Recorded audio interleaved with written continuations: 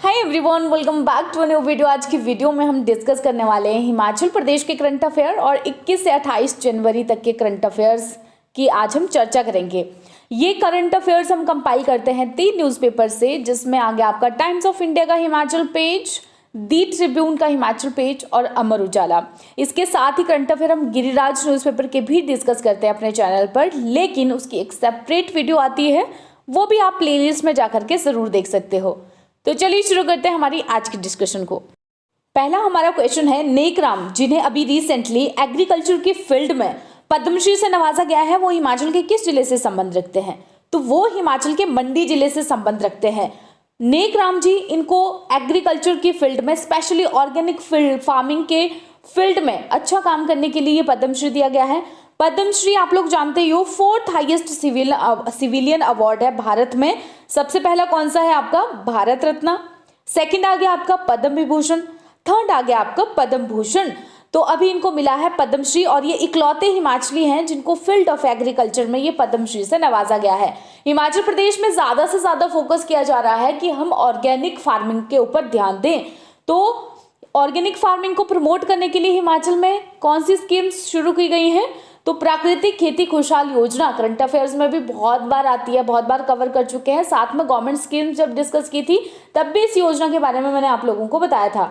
तो जो ये प्राकृतिक खेती खुशहाल योजना है, ये प्रमोट कर रही है हिमाचल प्रदेश में ऑर्गेनिक फार्मिंग को, जीरो बजट नेचुरल फार्मिंग को। इस योजना को कब शुरू किया गया था? इस योजना को आपके शुरू किया गया था 2018-19 में। और ये जो ऑर्गेनिक फार्मिंग है, इसके साथ एक बड़ा फेमस सा नाम जुड़ा है जिनका नाम है सुभाष पालेकर।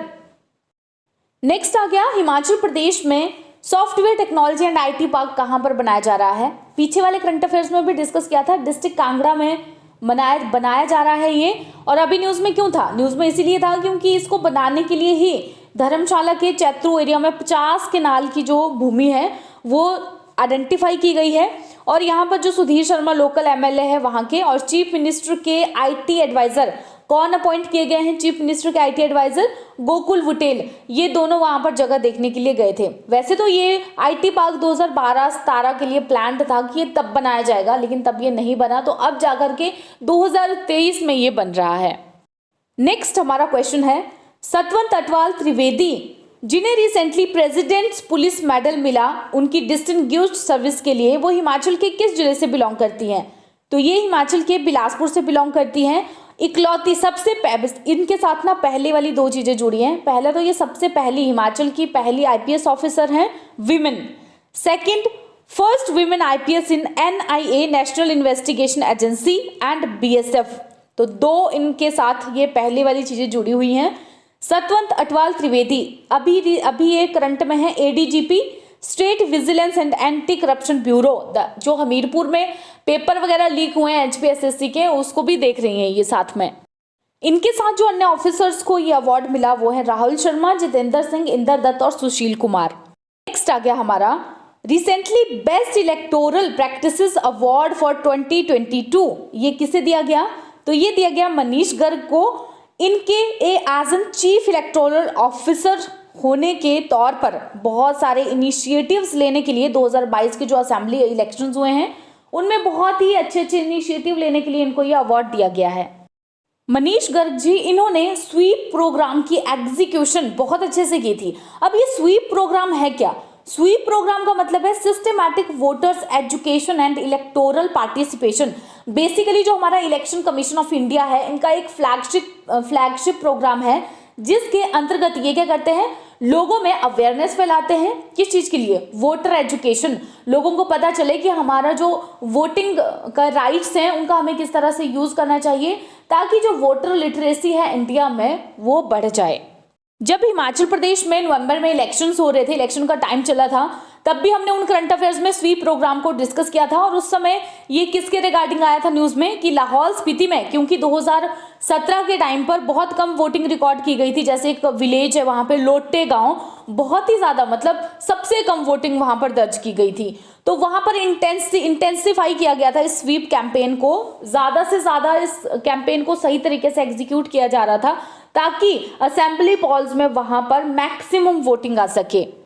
इसी के साथ ही इलेक्टोरल अवार्ड्स में 2 और नाम जुड़े हैं, जिनमें एक है पंकज राय जनरल कैटेगरी में स्वीप एक्टिविटीज के लिए जिनको अवार्ड मिला है, और निपुण जिंदल आईटी इनिशिएटिव के लिए इनको यह अवार्ड दिया गया है। नेक्स्ट हमारा क्वेश्चन है, फरवरी 19 से हिमाचल प्रदेश के मंडी टाउन में कौन सा अंतर्राष्ट्रीय मेला शुरू हो रहा है? तो ये हो रहा है आपका शिवरात्रि मेला। शिवरात्रि फरवरी और मार्च में मनाया जाता है, हर साल ये मनाया जाता है अंतर्राष्ट्रीय मेला। मंडी में मंडी टाउन की स्थापना किसने की थी? तो ये की थी आपके अजबर सेन ने। शिवरात्रि मेले से रिलेटेड कुछ एक इंपॉर्टेंट फैक्ट है जिन्हें एग्जाम में पूछा जाता है, जैसे कि शिवरात्रि मेले में किसकी जलेब निकाली जाती है? तो शिवरात्रि मेले में माधव राय की जलेब निकाली जाती है। उसमें मेजरली 2 भगवानों को पूजा जाता है। एक तो आगे आपके माधव राय, जिन्हें माना जाता है कि ये लॉर्ड विष्णु के अवतार हैं। सेकंड, लॉर्ड शिवा के भूतनाथ मंदिर में पूजा की जाती है। भूतनाथ मंदिर को किसने बनाया था, ये भी पूछा जाता है। तो भूतनाथ मंदिर को भी अजबर सेन ने ही बनाया था। माधव राय इनको अभी भी मंडी का राजा माना जाता है, और ऐसा कहा जाता है कि एक लॉर्ड विष्णु के अवतार थे। थोड़ा सा हिस्ट्री में अगर घुसोगे तो मंडी में एक शासक हुआ करते थे जिनका नाम था राजा सूरज सेन। राजा सूरज सेन एकमात्र ऐसे शासक थे मंडी के जिन्होंने अपने जीवन काल में अपने 18 के 18 पुत्रों को खोया था। और जब इन्होंने अपने 18 पुत्रों को खोया था तो ये इतने ज्यादा निराश हो गए थे। उसके बाद इन्होंने क्या किया, एक सिल्वर की इमेज बनाई। सिल्वर की इमेज है इनकी माधव राय की, तो इनको नाम दिया माधव राय। उनको इनके ऊपर मतलब मंडी की जो पूरी प्रोटेक्शन का जिम्मा है इनके ऊपर दे दिया, तभी तो इनको गॉड मानते हैं। और आज भी मंडी में बड़ा ही खूबसूरत मंदिर है इनका, माधव राय का। प्रोटेक्टर ऑफ स्टेट, आज भी इनकी जलेब निकाली जाती है अंतर्राष्ट्रीय मेले के दौरान पे। नेक्स्ट हमारा क्वेश्चन है, सिंबलवाड़ा नेशनल पार्क हिमाचल प्रदेश के किस जिले में है? तो ये है आपका सिरमौर में। सिरमौर में इसकी लोकेशन कहाँ है? सिरमौर में इसकी लोकेशन है पोंटा वैली में। इसको ही कर्नल शेर जंग नेशनल पार्क भी कहा जाता है। 1958 में से सिंबलवाड़ा वाइल्ड लाइफ सेंचुरी बनाई गई थी 1958 में। 2010 में नेशनल पार्क इसे घोषित किया गया था। अब सिंबलवाड़ा नेशनल पार्क क्यों न्यूज में था? अभी सिंबलवाड़ा नेशनल पार्क आपका न्यूज में इसीलिए था क्योंकि यहाँ पर टाइगर के पग मार्क देखे गए हैं, जो एक बहुत अच्छी न्यूज मानी जा रही है सिंबलवाड़ा नेशनल पार्क के लिए। ऐसा माना जा रहा है कि ये जो टाइगर हैं वो राजाजी नेशनल पार्क से यहाँ पर आए हैं, क्योंकि आजकल विंटर्स है, तो विंटर्स में जो यमुना का लेवल है वो थोड़ा सा कम हो गया है, वाटर लेवल। तो इसकी वजह से हो सकता है वहां से क्रॉस करके टाइगर राजाजी नेशनल पार्क से होकर के सिंबलवाड़ा नेशनल पार्क में आया हो। अब इसके अराइवल से क्या फायदा है? अराइवल से इसके ये फायदा है कि अगर ये यहाँ पर आएंगे तो बायोडाइवर्सिटी को एक बूस्ट मिलेगा। और ये इस चीज का इंडिकेशन भी है कि टाइगर्स की जो पॉपुलेशन है वो बढ़ गई होगी, क्योंकि अगर टाइगर की जो पॉपुलेशन है वो एक जगह पर बढ़ गई है तो ऑब्वियस सी बात है कि वहां पर क्या होगा, कंपटीशन बढ़ेगा। किसी भी एक स्पीशीज की जब पर्टिकुलर जगह पर पॉपुलेशन बढ़ जाती है तो कंपटीशन बढ़ जाता है। जब वहां पर कंपटीशन बढ़ता है तो टाइगर्स दूसरी जगह पर मूव करते हैं। तो एक बहुत अच्छा इंडिकेशन है एक सिंबलवाड़ा नेशनल पार्क के लिए भी, प्लस टाइगर की जो पॉपुलेशन है हिमाचल प्रदेश में या फिर हमारे ऑल ओवर इंडिया में, ये इंडिकेट कर रहा है कि उनको ग्रो करने के लिए एक अच्छा एनवायरनमेंट मिल रहा है, तभी तो वो उनकी पॉपुलेशन बढ़ रही है। राजाजी नेशनल पार्क को भी अब थोड़ा सा देख लेते हैं। राजाजी नेशनल पार्क आपका कहाँ पर है? उत्तराखंड में है। ये नेशनल पार्क भी है, इसके साथ ही ये टाइगर रिजर्व भी है। उत्तराखंड के 3 डिस्ट्रिक्ट में ये फैला हुआ है, हरिद्वार, देहरादून और पौड़ी गढ़वाल में। 1983 में 3 वाइल्ड लाइफ सेंचुरीज को, जिसमें आती है आपकी चीला, मोतीचूर और राजाजी, इन सबको मर्ज किया गया था और एक में मर्ज करके इन्हें बनाया गया था राजाजी नेशनल पार्क। और इसका नाम जो रखा गया है वो सी गोपालचारी के नाम के बाद रखा गया है। 15 अप्रैल 2015 में इसे टाइगर रिजर्व डिक्लेयर किया गया था और ये उत्तराखंड डिस्ट्रिक्ट का 2nd टाइगर रिजर्व है। पहला कौन सा है? Corbett tiger reserve. नेक्स्ट हमारा क्वेश्चन आ जाता है, रिसेंटली किस स्टेट ने रोडेंट्स, रैट्स या रेप्टाइल बर्ड्स, इनको मारने के लिए ग्लू ट्रैप्स का मैन्युफैक्चर बंद कर दिया है, बैन कर दिया है? तो हिमाचल प्रदेश ने बैन किया है। ग्लू ट्रैप्स होते क्या हैं, पहले तो आप लोग ये जान लो। ग्लू ट्रैप्स बेसिकली बोर्ड्स होते हैं एक तरह के, जिनको कार्डबोर्ड या कोई किसी भी फाइबर बोर्ड से जो बनाए गए होते हैं, इनके ऊपर एक स्टिकी एडहेसिव लगाया जाता है। इनका यूज किस लिए किया जाता है? जो भी रोडेंट्स होते हैं, रैट्स वगैरह हो जाते हैं, इनको पकड़ने के लिए। जैसे घरों में ये बहुत सारे हैं तो ये बोर्ड वहां पे रख दिए जाते हैं, फिर ये एनिमल्स, ये छोटे छोटे रोडेंट्स आते हैं और इनमें चिपक जाते हैं। बाद में लोग इनको डिस्पोज कर देते हैं, निकाल के फेंक देते हैं, लेकिन इनको बैन करने के लिए पेटा ने क्यों कहा था, पेटा इंडिया ने रिक्वेस्ट किया था ये हिमाचल प्रदेश की गवर्नमेंट से। क्यों कहा गया था? इसलिए कहा गया था क्योंकि ये बहुत ज्यादा क्रूअल मेथड है। जब भी कोई रोडेंट्स इनके ऊपर चिपकते हैं और जब उनको निकालना होता है तो कई बार इनके जो पूरे फैदर्स हैं वो निकल जाते हैं, स्किन निकल जाती है, लिम्स टूट जाते हैं। तो एक तरह से इनको ग्लू ट्रैप्स को ये देखा जा रहा है कि ये मतलब किसी भी रोडेंट को तड़पा तड़पा कर मार देने वाली चीज है। तो इस तरह से क्रुएलिटी को देखते हुए पेटा ने रिक्वेस्ट किया था हिमाचल प्रदेश की गवर्नमेंट से कि वो मैन्युफैक्चर और सेल और यूज बंद कर दे ग्लू ट्रैप्स का। और अभी हिमाचल प्रदेश की गवर्नमेंट ने ग्लू ट्रैप्स के यूज को बैन कर दिया है हिमाचल प्रदेश में। ये किस एक्ट के अंतर्गत किया गया है? The prevention of cruelty to animal act 1960। इस एक्ट के अकॉर्डिंग जो भी एनिमल्स हैं उनको अननेसेसरी पेन और सफरिंग नहीं होनी चाहिए। तो इसके अंतर्गत ही पेटा की रिक्वेस्ट पर हिमाचल प्रदेश ने बैन कर दिया है ग्लू ट्रैप्स को। क्योंकि ऐसा नहीं है कि आप सिर्फ रोडेंट्स के ऊपर फोकस कर रहे हो, आपने इनको घर में रखा है या घर के बाहर वाली जगह पे रखा है, तो ना कि सिर्फ रोडेंट्स बल्कि अनदर जो बर्ड्स वगैरह है वो भी इसमें आ सकते हैं, चिपक सकते हैं और उनकी तो फिर अननेसेसरी डेथ हो जाएगी। नेक्स्ट हमारा क्वेश्चन है, कौन सा डिस्ट्रिक्ट है हिमाचल प्रदेश का जो 10 early warning landslide monitoring system को इंस्टॉल कर रहे हैं? तो ये है आपका डिस्ट्रिक्ट कांगड़ा। जोशीमठ का नाम तो आप लोगों ने सुना ही होगा, डूबता हुआ जोशीमठ उत्तराखंड का। जब से ये न्यूज में आया है तो अभी हिमाचल प्रदेश की गवर्नमेंट भी अलर्ट हो गई है, क्योंकि चंबा और कांगड़ा इतने सिस्मिक जोन में जो दोनों ये पड़ते हैं, लैंडस्लाइड से हिमाचल प्रदेश में बहुत ज्यादा नुकसान होता है ईयरली बेसिस पे अगर आप लोग देखो तो। इसलिए वहां का जो एडमिनिस्ट्रेशन है वो 10 early warning landslide monitoring system को इंस्टॉल कर रहे हैं। डिस्ट्रिक्ट डिजास्टर मैनेजमेंट अथॉरिटी और IIT मंडी दोनों मिलकर के इन सिस्टम्स को इंस्टॉल कर रहे हैं। फर्स्ट फेज तो इसका कंप्लीट हो चुका है क्योंकि 2 सिस्टम को इंस्टॉल किया जा चुका है। पहला तो धर्मशाला में एट मैक्लोडगंज रोड में, सेकंड जयसिंहपुर संधोल के पास। अब इनका काम क्या है, ये क्या करेंगे? सबसे पहले तो ये इंफॉर्मेशन देंगे सॉइल मूविंग के बारे में, यानी कि मिट्टी जब दरकती है किसी एक जगह पे तो उसके बारे में ये पहले इंफॉर्मेशन देंगे। रेनफॉल के बारे में भी ये पहले इंफॉर्मेशन दे देंगे। तो इससे क्या होगा, इससे प्रशासन को ये पता चलेगा सॉइल मूवमेंट को जानकर के, मिट्टी के दरकने को जानकर के, और सबसे पहले ही अर्ली वार्निंग दे देगा रेनफॉल की कि क्या इतनी ज्यादा बारिश होगी, क्या इतनी ज्यादा मिट्टी पर्टिकुलर जगह पे दरक रही है कि वहां पर चिंता करने की बात है या फिर नहीं है, कोई स्टेप्स लेने चाहिए या नहीं लेने चाहिए। प्रिपरेशन कर लें पहले से लैंडस्लाइड के लिए जो भी रिक्वायरमेंट होती है, तो इन सारी चीजों में हेल्प मिल जाएगी।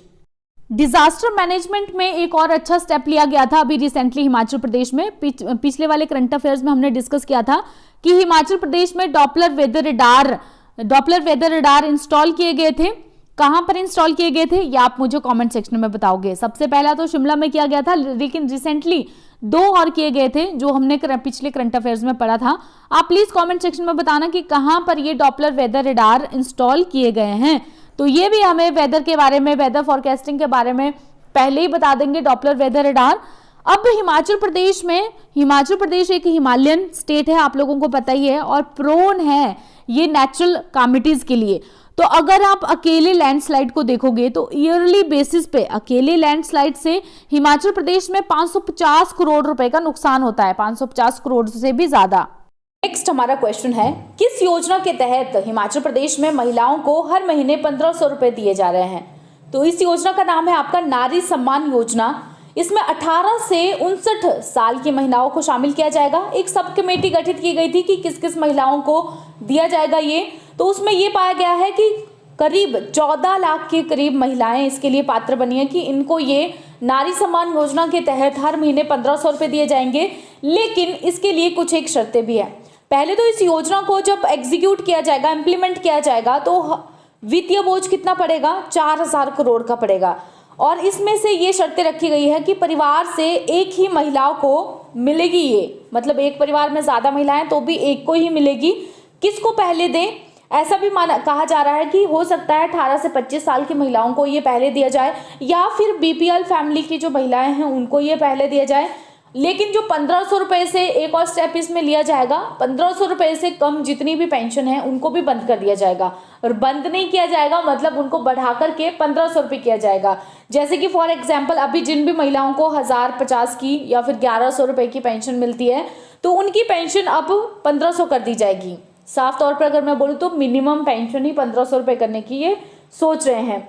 तो अपनी, क्योंकि इन्होंने घोषणा की थी जब इलेक्शन हुए थे कि हर महीने 1500 रुपये देंगे महिलाओं को, और अब इसमें छांटी गई है महिलाएं कि किन किन महिलाओं को ये 1500 रुपये मिलेंगे।